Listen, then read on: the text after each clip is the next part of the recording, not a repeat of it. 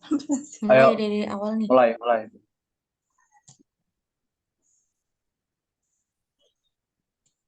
Assalamualaikum warahmatullahi wabarakatuh. Di sini kami dari kelompok 7 ingin mempresentasikan tentang aturan penggunaan huruf. Sebelum menyampaikan materi aturan penggunaan huruf, izinkan saya memperkenalkan kelompok saya. Yang pertama yaitu Shirley, kedua Himawan, ketiga Muhammad Restu, keempat RR Viola Husna, kelima Gisti Ayudis, keenam Ignes Rosa, ketujuh Rizky Hakiki, kedelapan Julia Frina, dan yang terakhir dengan saya sendiri Nur Rahmatul Azizah. Selanjutnya materi disampaikan oleh Saudara Shirley. Saudara Shirley, silakan. Terima kasih kepada Saudari Nur Rahmatullah. Saya di sini Shirley akan menjelaskan tentang pengertian huruf. Huruf adalah sebuah grafik dari suatu sistem tulisan, misalnya alfabet Yunani dan aksara yang diturunkannya. Sebuah huruf mengandung fonem yang membentuk suatu bunyi dari bahasa yang dituturkan.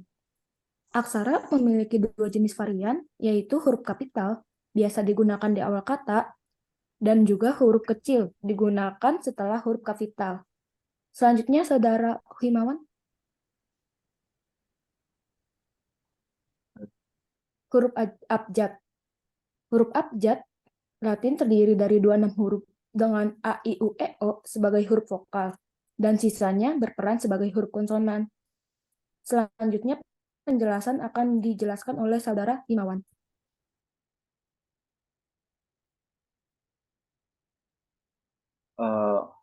Oke, terima kasih atas kesempatan yang diberikan. Selanjutnya, saya akan menerangkan tentang huruf vokal. Huruf vokal adalah huruf yang dapat digunakan di awal, tengah, dan akhir sebuah kata. Misalnya pada kata api, padi, dan lusa yang terdapat pada huruf A. Huruf vokal juga dapat menggunakan tanda aksen agar bisa terjadi kesulitan dalam pelafalannya. Misal, anak-anak bermain di teras. Kata teras dapat dilafalkan menggunakan aksen. Selanjutnya huruf konsonan. Huruf konsonan terdiri dari 21 huruf selain huruf vokal dan juga dapat diletakkan di awal, tengah, dan akhir kalimat. Misalnya pada penggunaan kata bahasa, sebut, dan adab, huruf B. Selanjutnya akan disampaikan oleh Saudara Restu. Silakan.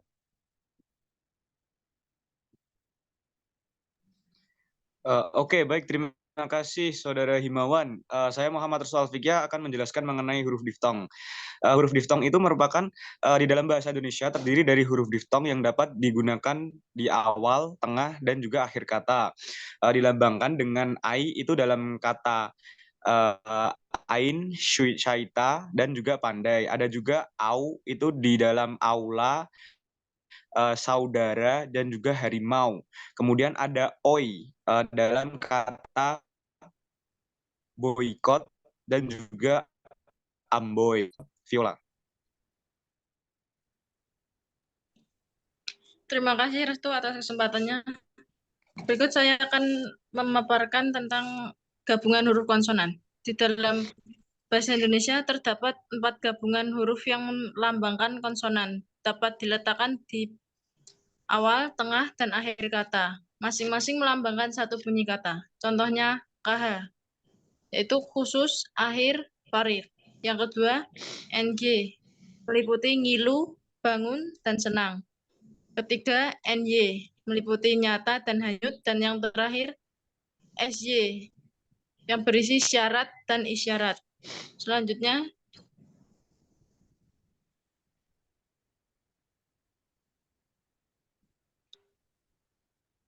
saya berikan kepada Ignes.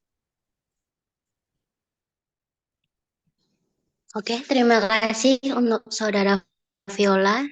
Saya lanjutkan untuk bagian pemenggalan kata. Pemenggalan kata pada kata dasar dilakukan dengan cara 1. Jika di tengah kata ada huruf vokal berurutan, pemenggalan harus dilakukan di antara kedua huruf tersebut. Contohnya main. Sementara huruf diftong, ai, au, dan oi tidak pernah diceraikan, contohnya aula, bukan aula. 2. Jika di tengah ada huruf konsonan termasuk gabungan, huruf konsonan di antara dua huruf vokal, pemenggalan dilakukan sebelum huruf konsonan, misalnya bapak. 3. Jika di tengah ada dua huruf konsonan yang berurutan, pemenggalan dilakukan di antara kedua huruf tersebut, misalnya swasta. 4. Jika di tengah kata ada 3 huruf konsonan atau lebih, pemenggalan dilakukan di antara huruf konsonan pertama dan kedua, misalnya bangkrut. Selanjutnya akan disampaikan oleh Saudari Gisti. Terima kasih.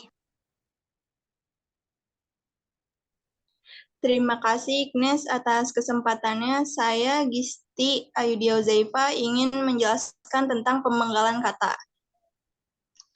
Imbuhan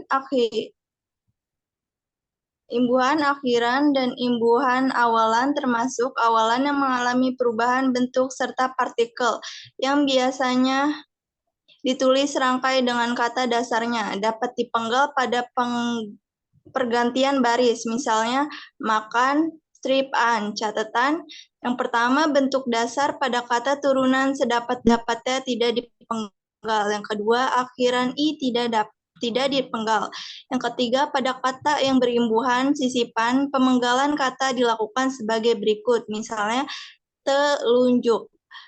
Jika suatu kata terdiri atas lebih dari satu unsur dan salah satu unsur itu dapat bergabung dengan unsur lain, pemenggalan dapat dilakukan sebagai berikut.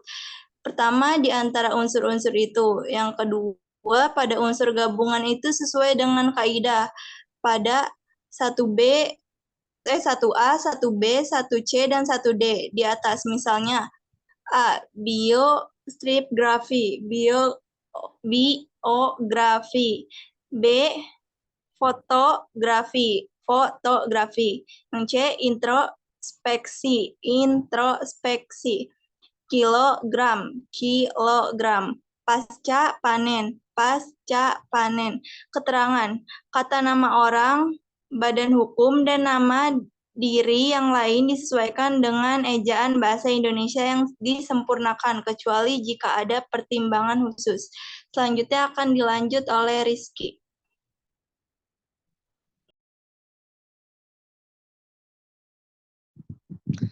Baik, terima kasih kepada Saudari Gisti telah mengizinkan saya untuk presentasi.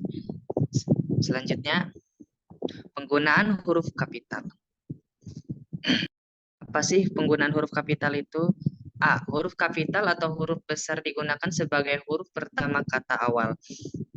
Kalimat contohnya, semoga Allah Subhanahu wa Ta'ala memberikan usaha saudara. B. Huruf kapital dipakai sebagai huruf pertama petikan langsung. Contohnya, adik bertanya, kapan kita pulang? Oke, selanjutnya.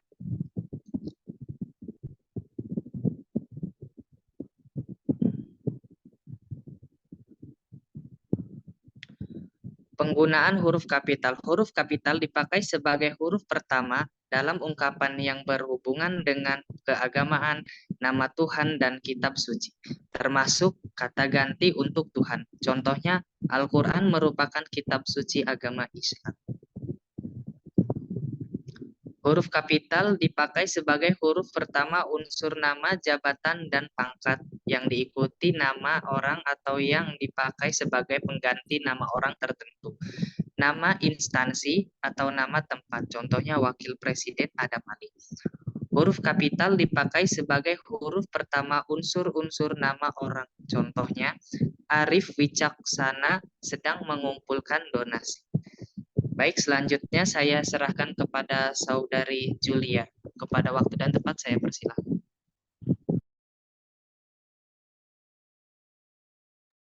Baik, terima kasih untuk Saudara Rizky untuk waktunya. Selanjutnya mengenai penggunaan huruf kapital. Huruf kapital dipakai sebagai huruf pertama nama bangsa, suku, dan bahasa. Misalnya bangsa Indonesia memiliki banyak pulau.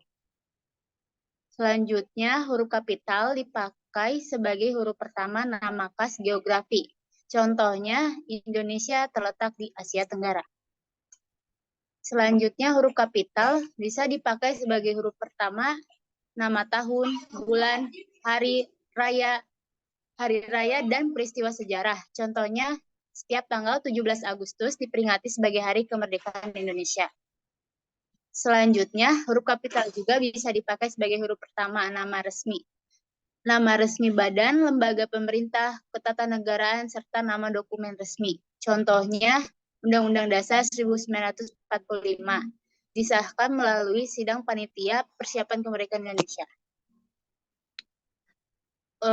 Untuk selanjutnya,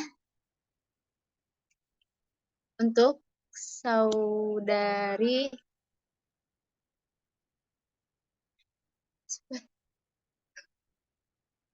yang belum siapa? Apa udah? Gimana? Rahma. Untuk selanjutnya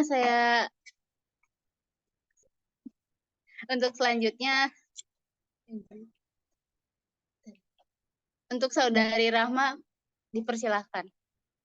Baik, terima kasih waktunya.